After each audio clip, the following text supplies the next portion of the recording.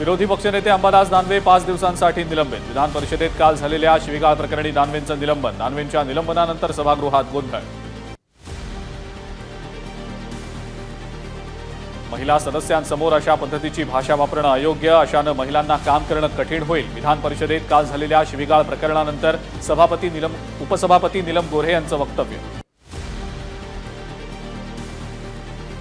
सभागृहात याआधी अशी घटना कधीही घडली नाही, त्यामुळे अशा ठरावावर कधीही चर्चा होत नाही। दानवेंच्या चर्चेच्या मागणीवर फडणवीसांची प्रतिक्रिया, तर कारवाई नियमानुसारच फडणवीसांचं स्पष्टीकरण। बहुमताच्या बळावर निलंबन केलं, निश्चितच सरकारला याचे परिणाम भोगावे लागतील। जनतेच्या दरबारात आम्ही आवाज उठवणार, अंबादास दानवेंची प्रतिक्रिया।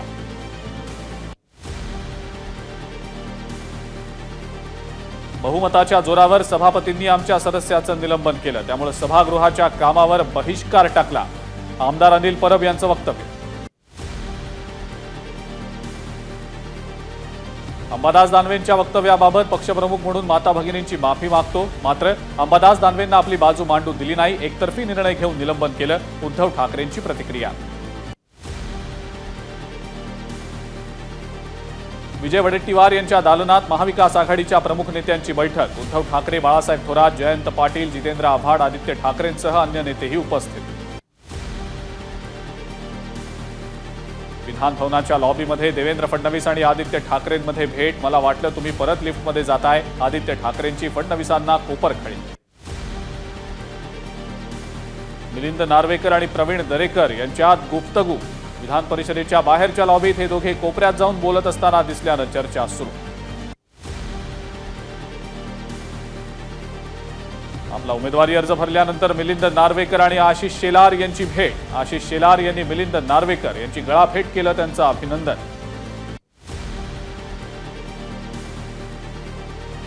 मिलिंद नार्वेकर आणि प्रवीण दरेकरांमध्ये गुफ्तगू। विधान परिषदेच्या बाहेरच्या लॉबीत हे दोघे कोपऱ्यात जाऊन बोलत असताना दिसल्यानं चर्चा सुरू। विश्वजित कदम आणि चंद्रहार पाटील यांनी एकमेकांना केलं हस्तांदोलन। विधान भवनामध्ये झाली दोन्ही नेत्यांची भेट।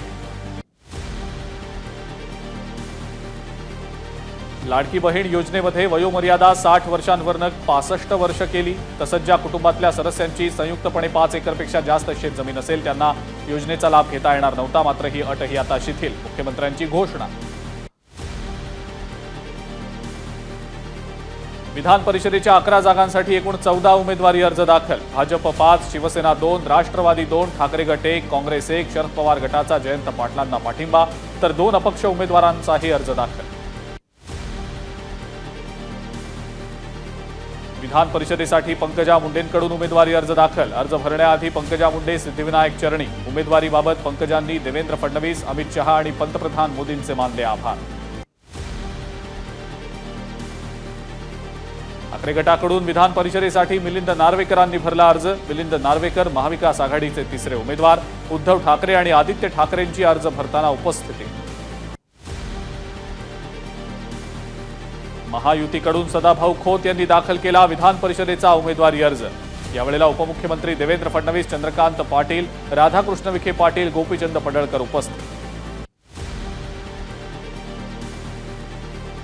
शेकापच्या जयंत पाटील आणि काँग्रेसच्या प्रज्ञा सातव यांनी विधान परिषदेसाठी दाखल केला उमेदवारी अर्ज। अर्ज भरताना जयंत पाटील, उद्धव ठाकरे, पृथ्वीराज चव्हाणांची उपस्थिती। विधान परिषदेसाठी राष्ट्रवादीकडून शिवाजीराव गर्जे आणि राजेश विटेकर यांना उमेदवारी। दोन्ही उमेदवारांनी आपला उमेदवारी अर्ज भरला।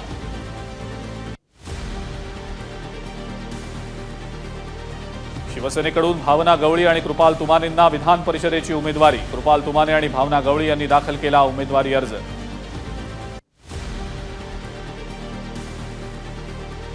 चौदार तळ्याच्या आंदोलनाचं सुवर्ण महोत्सवी वर्ष। या निमित्तानं तळ्यासाठी 65.5 कोटींच्या सुधारणा योजनेला 15 दिवसात मंजुरी देणार। मंत्री उदय सामंतांची विधानसभेत माहिती। राहुल गांधी हिंदू धर्माबद्दल काही बोलले नाही, धर्मातल्या संस्कारांबद्दल बोलले। विजय वडेट्टीवार यांचं वक्तव्य, तर लोकसभेतल्या भाषणाचा उल्लेख प्रसाद लाड यांनी कशासाठी केला, वडेट्टीवार यांचा सवाल। राहुल गांधी काय चुकीचं बोलले? त्यांनी कुठे हिंदुत्वाचा अपमान केला? त्यांना भगवान शंकराचा फोटोही दाखवण्याची परवानगी दिली नाही. हे हिंदुत्व आहे का? उद्धव ठाकरेंकडून राहुल गांधींच्या वक्तव्याचं समर्थन. जयंतराव, तुम्ही तिकडे नकली वाघांसोबत आहात, पण इकडे असली वाघांसोबत या, असं म्हणत एक प्रकारे मुख्यमंत्री एकनाथ शिंदे यांची जयंत पाटील यांना खुली ऑफर.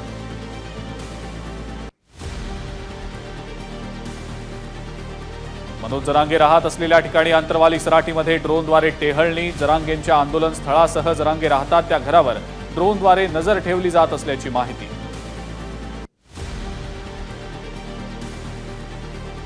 मनोज जरांगेंना Z+ सुरक्षा द्यावी, मनोज जरांगेंच्या सहकाऱ्यांची मागणी. जरांगेंचे सहकारी आज जालना जिल्हाधिकाऱ्यांच्या भेटीला.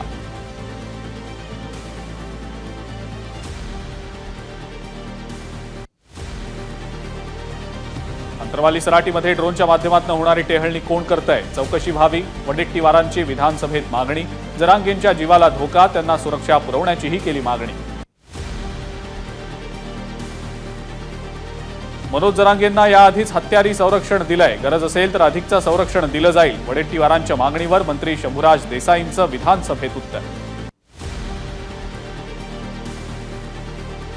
मनोज जरांगेंच्या आंदोलनस्थळी ड्रोनद्वारे टेहळणी होत असल्याची तक्रार. या प्रकरणी पोलिसांकडून विशेष पथकाची नेमणूक, चौकशी सुरू असल्याची माहिती.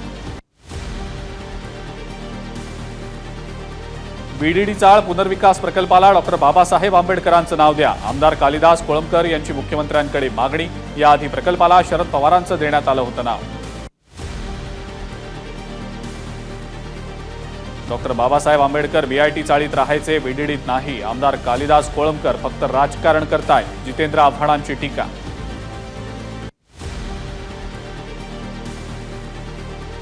चौदार तळ्याच्या आंदोलनाच्या सुवर्ण महोत्सवी वर्षाच्या निमित्तानं तळ्यासाठी 65.5 कोटींच्या सुधारणा योजनेला 15 दिवसात मंजुरी देणार. मंत्री उदय सामंतांची विधानसभेत माहिती. नागपूर महानगरपालिकेतल्या सफाई कामगारांच्या वारसांना नोकरीमध्ये सामावून घ्या. आमदार प्रवीण दटके यांची विधान परिषदेत मागणी. त्यावर याच अधिवेशनात निर्णयाचं मंत्री उदय सामंत यांचं आश्वासन. जेव्हा काँग्रेसला महाराष्ट्रात कुठेच जागा मिळाली नव्हती, तेव्हा नांदेड आणि हिंगोलीत जागा मिळाली होती. त्या यशात माझाही छोटासा वाटा होता. राज्यसभेत अशोक चव्हाणांचा काँग्रेस नेत्यांना टोला. राहुल गांधींनी केलेल्या वक्तव्याचा भाजपकडून निषेध. जळगावच्या काँग्रेस कार्यालयाबाहेर भाजप कार्यकर्त्यांचं आंदोलन. राहुल गांधींच्या प्रतिमेला मारले जोडे.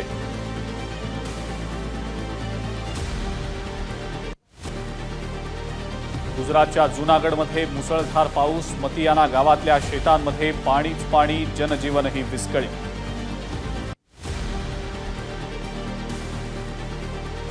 मुसळधार पावसामुळे न्यू मेक्सिकोमधल्या अनेक भागांमध्ये पूर. नद्या ओसंडून वाहत असल्यानं सगळीकडे पाणीच पाणी. नदीकाठच्या भागांना सतर्कतेचा इशारा.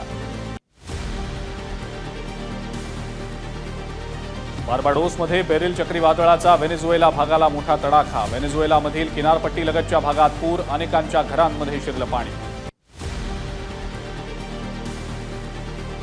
बेरिल चक्रीवादळामुळे समुद्रात उंच लाटा. दक्षिण पूर्व कॅरिबियन भागामध्ये अलर्ट जारी. वादळी वाऱ्यांमुळे प्रचंड नुकसान. न्यू मेक्सिकोमध्ये पुढचे 2 दिवस पुराचा धोका कायम. प्रचंड पावसामुळे अनेक भाग पाण्याखाली. नद्या दुथडी भरून वाहू लागल्यानं निवासी भागांना धोका. नदी किनारी असलेल्या नागरिकांसाठी अलर्ट जारी. कॅरिबियन बेटांवर वादळ. 240 किलोमीटर प्रति तास वेगानं वारे. अनेक घरांची छतं उडाली. अनेक झाडंही मुळापासून उन्मळून पडली. युक्रेनवर रशियन सैन्याचे जलद हल्ले सुरूच. रशियन सैनिकांकडून शस्त्र आणि तोफखाना विरोधी रडार घेऊन जाणाऱ्या गाड्यांवर हल्ला.